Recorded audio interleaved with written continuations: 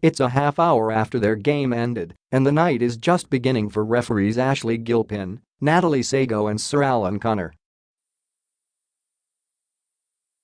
They've showered, they've changed clothes, but dinner and the bright lights of Las Vegas will have to wait. A long classroom session is up first. They walk into a tiny locker room, grab seats on folding chairs and open their notebooks. Everything they did on the court that night, where they stood, where they looked, what call they made, what call they didn't make, will be scrutinized on video for the next 2 hours by NBA referees, tasked with teaching the summer refs what they need to know to make it to the league. Think of it as referee university. Summer league is where players can get noticed by the NBA, and the same is true for referees.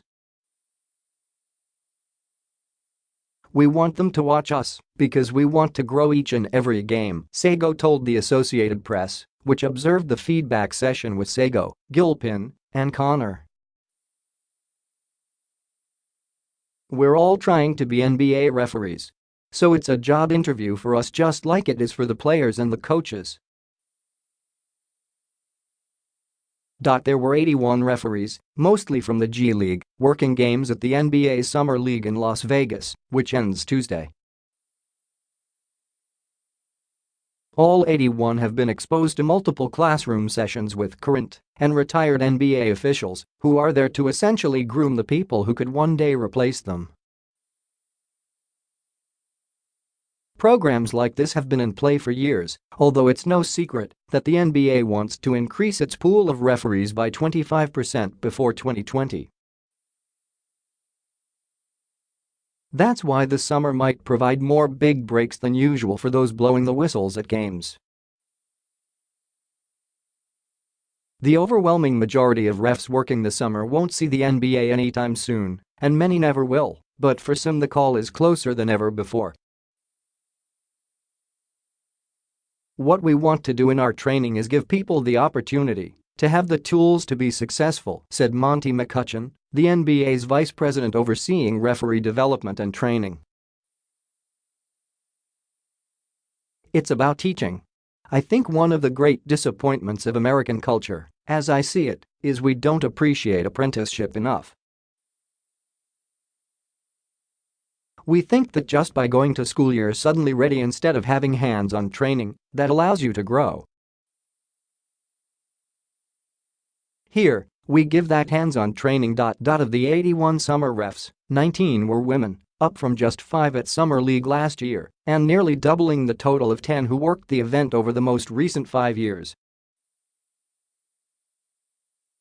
It is clear that it won't be long before more women make it to the NBA level. For now, there's only one in the NBA, Lauren Holtkamp. To me, it's a bit embarrassing that we only have one working woman in our officiating ranks right now, NBA Commissioner Adam Silver said. There is no physical reason why that's the case. Up and comers like Gilpin and Sago could change that. Gilpin might have an ideal academic makeup for refereeing, with 3 degrees from Arizona, where she also played basketball, an undergraduate in psychology, master's in administration, and then a law degree. Sago played college softball but has long had an affinity for basketball.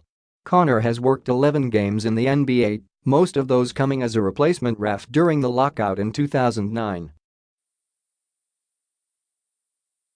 At the game Gilpin, Sago, and Conner worked together, at least a half-dozen referees were seated on the baseline and in the stands watching.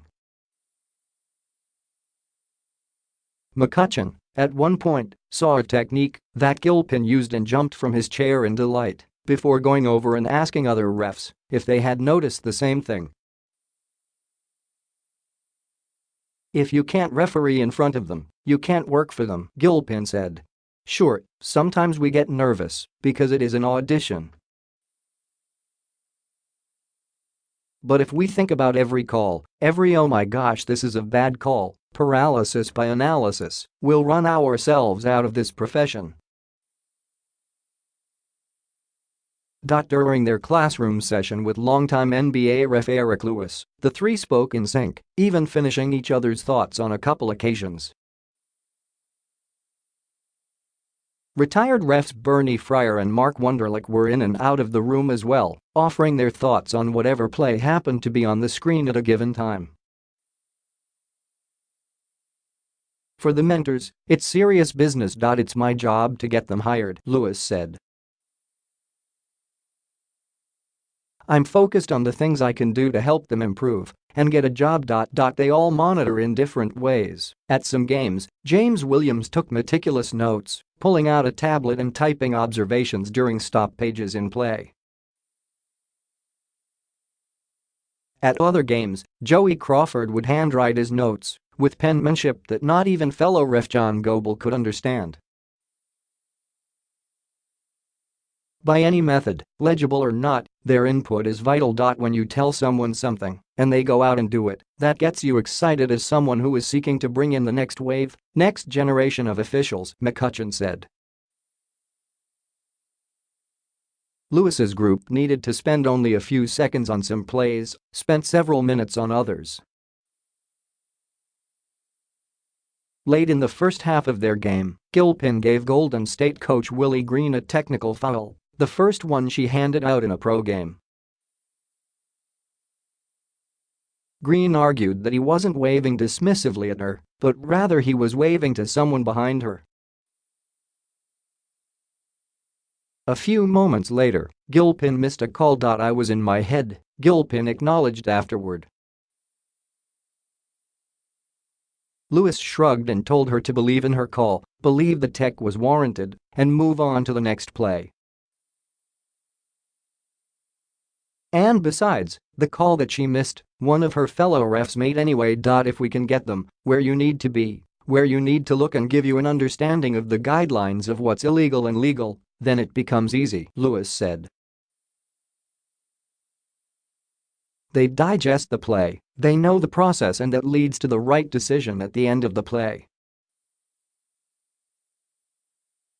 Fans probably wouldn't believe that those decisions get honed inside a cramped concrete block room, one with mustard-colored walls and dingy carpet, and a pile of towels strewn off to the side. But the tiny room is what gets the refs ready for the big stage. The best part after a game is coming in here and re-watching it, Sago said. It's all about getting ready.